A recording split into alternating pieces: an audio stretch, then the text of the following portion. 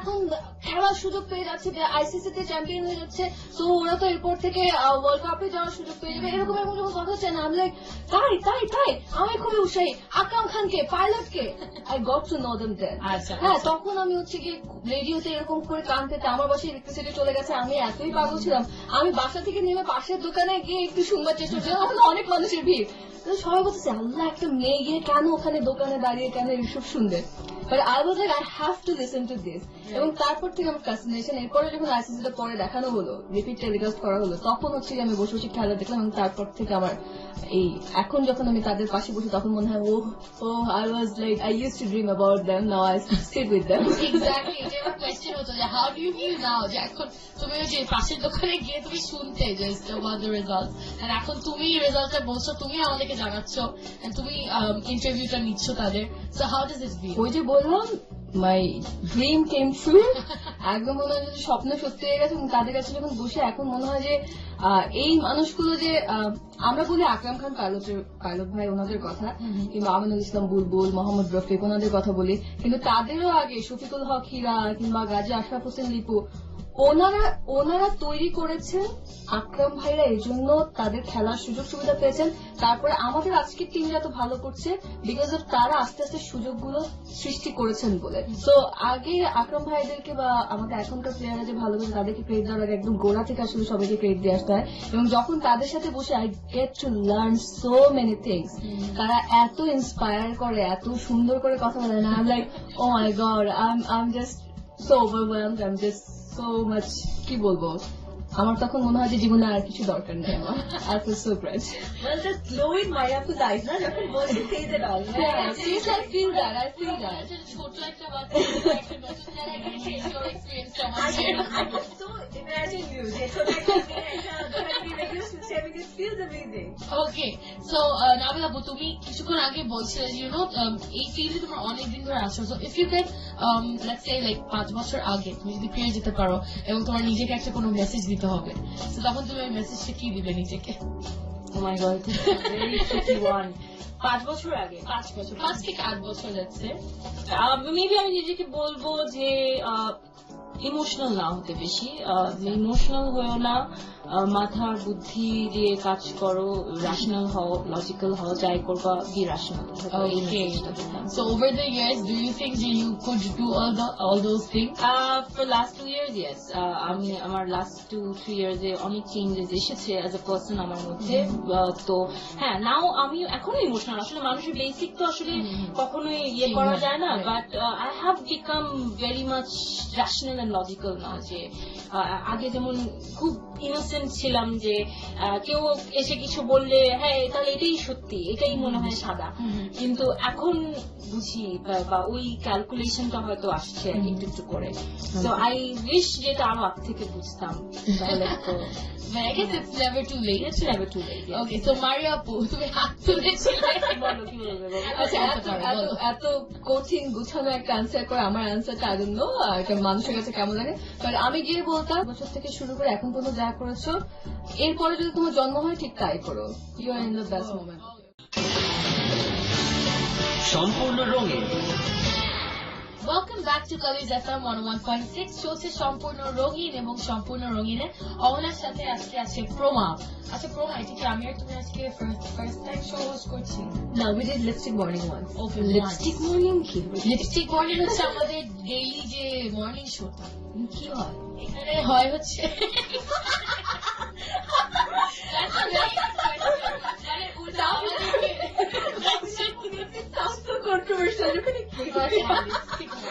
না, অ্যাকচুয়ালি আমি তো বলেই দিই যেহেতু we have the chance to, কালিজ এফএমের প্রত্যেকটা শোই we are like women base, female oriented shows.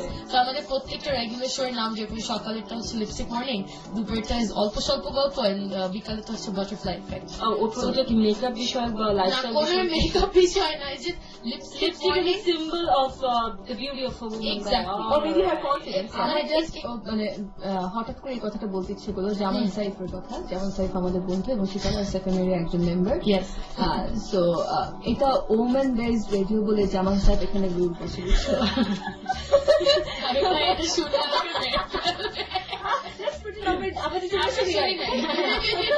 এটা মারিয়াপু নাবিলাপুকে বলেছে, আমি জানি না কিছু। Anyways, হ্যাঁ, so lipstick ছাড়া I guess any girl's life is incomplete. কি বলো তোমরা? আচ্ছা, তোমরা কোন শেড অফ লিপস্টিক সবচেয়ে বেশি পড়ো? এখন তো আমি দেখছি না তোমাদের nude colour. Nude. How about Nabila? ওরকমই brownish, nude বা pink. I'm not a lipstick girl actually. I'm not a makeup girl at all. I don't like makeup. I mean, Don't say that. Don't say that at all. no, seriously. আমি কালকে You are a TV host and you are a film heroine. কোনো মেকআপই নাই আমার ওখানে। But you are a heroine. Not a heroine.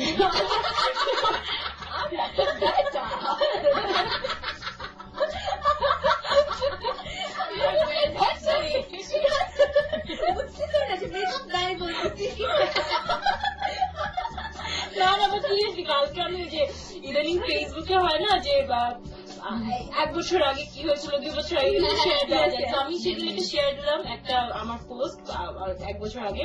সেখানে লিখছিলাম যে shooting এ যাওয়ার আগে মেকআপ, শুজ, অর্নামেন্টস এইগুলোর যদি ঝামেলা না থাকতো আমি পৃথিবীর অনেক সুখী মানুষ, আমি ফাটাই দিতাম সিরিয়াসলি। আই হেট মেকআপ, মানে আমার ওই হোস্টিং এর কারণে মেকআপ করতে হয় বলে করা, না হলে আমি মেকআপ একদম পছন্দ করি। I used to. এবং এই জন্য আমি বিয়ের দাওয়াত পর্যন্ত মাঝে মাঝে স্কিপ করি যে সাজুগুজু করে যেতাম। বিয়ের দাওয়াত আমি সাজুগুজোর জন্য স্কিপ করি না, বিয়ের দাওয়াত আমি স্কিপ করি বিকজ হচ্ছে গিয়ে আমার কাছে ব্যাপারটা খুব লেম মনে হয়। এত পয়সা খরচ করে মানুষ বিয়ে করছে তা না, রিচুয়ালটাকে না মানে ওখানে এত বেশি জিনিসপত্র থাকে আমার কাছে মনে হচ্ছে it could be something different, it could be more enjoyable. হ্যাঁ, এটা এত শুধু আসলো গিফট দিল আর খেতে বসে গেল ডাইনিং টেবিলে, ওকে খাওয়া শেষ, ওকে লেটস গো। বউয়ের সাথে একটু দাঁড়ালো, চেনে নাকি বউকে তাও যায় না, এবার মনে হয় বরপক্ষরে হোক বা কোনো পক্ষরে হোক হয়তো মানে কারোর সাথে ভালো সম্পর্ক নেই, হয়তো মানে দাওয়াতের কার্ডটা পেয়েছে চলে আসছে, তারপরে দাঁড়ায় কেমন আছেন বড় একটু হাত করে তাকে তাড়াতে, ও আচ্ছা একটু হাসি দিবে, আসলে আমার বিয়ে সবাই আছে কেন নাচতেছে, তারপরেও হ্যাঁ, তারপরেও কাছের মানুষের যখন বিয়ে হয় তখন সেটা অনেক এনজয়েবল হয়। বাট বিয়ের দাওয়াতে আমি যাই না হচ্ছে বিকজ হচ্ছে আমাকে ওখানে গিয়ে ওই কিছু রিচুয়ালস মেনটেন করতে হবে and I am not that person, সে কারণে আমার যাওয়া হয় না। আর makeup, I use to hate makeup, আমি একদমই মেকআপ করতাম না।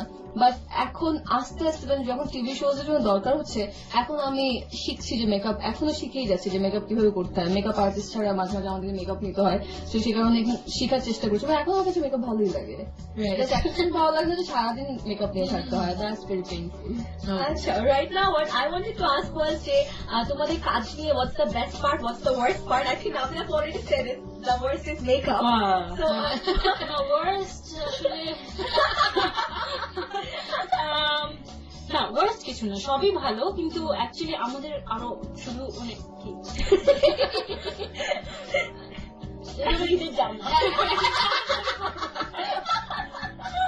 আমি জানি তোমার আমার জামাটা পছন্দ হচ্ছে, তুই ঈদের জামা কবে কিনবি? ঈদের আগের দিন 2 দিন কাজ করি নাই। যেটা বলছিলাম যে না, ওয়ার্স্ট পার্ট আসলে আমার কাছে মনে হয় যে অনেক প্রফেশনাল হতে হবে এখনো, মানে প্রফেশনালিজমের ওই জায়গাটা এখনো তৈরি হয়নি। আমরা কিন্তু অনেক লিমিটেশনের মধ্যে কাজ করি, আর তারপরেও যে এত সুন্দর কাজ হয় এটা আসলে অবাক হওয়ার মতো বিষয় প্রত্যেকেরই, প্রত্যেক আর্টিস্টেরই, নট অনলি অ্যাঙ্কারিং এ। নাটক এখন আমরা একটু একটু করছি তো বুঝি জায়গাগুলা, বেশি ওয়ার্স্ট পার্ট নেই। আমি বলবো যে ওই নাটকের কথা যেটা বললে, যে নাটকে ঠিক বললাম না যে সকাল 8টায় হয়তো কল থাকছে, দেখা যাচ্ছে রাত 1টা-2টা বাজছে। Hats off to the team যারা নাটক করে, কারণ আমাদের দেশে ঠিক যেভাবে নাটক তৈরি হয় এটা করতে হয় আসলে যে টিমটা থাকে, যারা ডিরেক্টরস থাকে, তাদের যে টিমটা থাকে তাদেরকে এই কাজটা করতে হয়, কারণ অনেক অল্প বাজেট থাকে, তাদেরও হাত পা বাঁধা, উই ক্যান আন্ডারস্ট্যান্ড। অনেক অল্প বাজেট থাকে, সে কারণে হচ্ছে গিয়ে দেখা যাচ্ছে যে কাজটা হয়তো 6 দিন 7 দিন ধরে করার কথা সেটা ওদেরকে 3 দিনে শেষ করতে হচ্ছে। সেখান থেকে প্রেশার থেকেই, এবং আমাদের আর্টিস্টরা অনেক প্রেশার নিতে পারে। নাটক যারা করেন আমি সবসময় বলি যে তাদের মতো ধৈর্য বোধের কারণ নাই আসলেই না, এবং সবসময় বলা হয় আগে শুনতাম কম বাজেট, এত লিমিটেড বাজেট, আসলে এটা অবাক হওয়ার মতো বিষয় যে এত ভালো প্রোডাকশন কিভাবে হয়। তো আমার কাছে মনে হয় যে প্রফেশনালিজমটা আনা খুব দরকার। ইভেন টাইম যেমন যদি দেশের বাইরে যদি আমরা দেখি তাহলে কিন্তু শিফট ওয়াইজ কাজ হয়, হ্যাঁ নাটকে। ইভেন একটা মেকআপ আর্টিস্টেরও 8 ঘন্টা মানে 8 ঘন্টাই 8 ঘন্টা মানে 8 ঘন্টায় কাজ করতে হবে। তো আর এখানে তো মেকআপ আর্টিস্ট তো দেখা যাচ্ছে যে যেমন আমারই বিজ্ঞাপনের শুট, আমার কল হচ্ছে ভোর 4টায়, ভোর 4টায় কল, মেকআপ আর্টিস্ট রাত 12টা পর্যন্ত কাজ করছে। সে ভোর 4টায় আসে, তার জন্য খুব একটা পেইনফুল ব্যাপার। আমি হয়তো আগের দিন আমার কাজ নিয়ে আমি ঘুমিয়েছি, কিন্তু ও তো ঘুমায়নি। তো ওইটা মনে হয় যে আমাদের ওই জায়গাটা যদি খুব সুন্দর হয়ে যায়, একটু সময় বাজেট এই জিনিসগুলো যদি ঠিক হয়ে যায়, তাহলে ওর্সপার্ট কাজের জায়গাটাকে সম্মান করে ওর্সপার্ট বলবো না। বেস্ট পার্ট তো অনেক কিছু। বেস্ট পার্ট হচ্ছে যে আমাদেরকে সবচেয়ে বড় কথা সম্মান, মানুষ যে সম্মানটা দেয়, এই কাজের জায়গায় একটা রেকগনিশন তৈরি হয়েছে। যেখানেই যাচ্ছি মানুষ একটা সম্মানের চোখে দেখছে, সম্মান করছে। এবং কাজের জায়গায় গিয়েও ইভেন দ্য প্রোডাকশন বয় যারা সারাক্ষণই লেগে আছে যে আপু কি খাবেন, কি লাগবে না লাগবে, ইউ ফিল প্যাম্পার্ড। সো ওটা আই থিঙ্ক এটা আরো বেস্ট পার্ট আছে যে you get to know a lot of people who become friends. আমি মারিয়াকে ওই কাজের জায়গা থেকেই পেয়েছি, এটা একটা বেস্ট পার্ট। অনেক কিছু শেখার আছে। সবচেয়ে বড় কথা যে এক একটা শোজ এক এক কন্টেন্টের হয়, এক এক বিষয়ের হয়। তো ওই বিষয় সম্পর্কে তোমার স্টাডি করতে হচ্ছে। সো একটা লার্নিং এর মধ্যেও থাকা হয়, কনসিয়াস থাকতে হয় নিজেকে নিয়ে, নিজের হেলথকে নিয়ে, নিজের সৌন্দর্যকে নিয়ে, যেহেতু নিজেকে সুন্দর দেখাতে হবে। সো অনেকগুলো বেস্ট পার্ট আছে। আচ্ছা, মারিয়া আপু তোমার কি মনে হয়? বেস্ট পার্ট সবচেয়ে বেশি হচ্ছে গিয়ে মানুষের ভালোবাসা। অবভিয়াস, হ্যাঁ, যে মানুষ যখন বলে, যেমন আমার ক্ষেত্রে ক্রিকেট মানে মারিয়া, that's the best thing I can ever gate. হ্যাঁ, আমার কাছে মনে হয় এটা আমার জন্য জীবনের সবচেয়ে বড় পাওয়া, যে মানুষ এই কথাটা বলে ক্রিকেট মানে বাংলাদেশ ক্রিকেট টিম, বাংলাদেশের ক্রিকেট প্লেয়াররা হবে, সেখানে মারিয়া বলছে না, মানে দ্যাটস এ বিগ থিং। সেটা একটা বড় পাওয়া। এটা বলবো বেস্ট পার্ট, যে মানুষের ভালোবাসা যেটা। তারপরে বলবো যে এই যে আমি যে মানুষ চিনতে পারছি, মানুষ জানছি, চারপাশে প্রতিনিয়ত আমার নতুন নতুন মানুষের সাথে কাজ করতেছে। এটা নাবিলা জানে যে আমি কিন্তু সবসময় বলি যে আমি আড্ডা দিতে খুব পছন্দ লাগে, আমার নতুন মানুষের সাথে পরিচিত হতে ভালো লাগে। এটা আমি অনেক সত্যি বলেছি।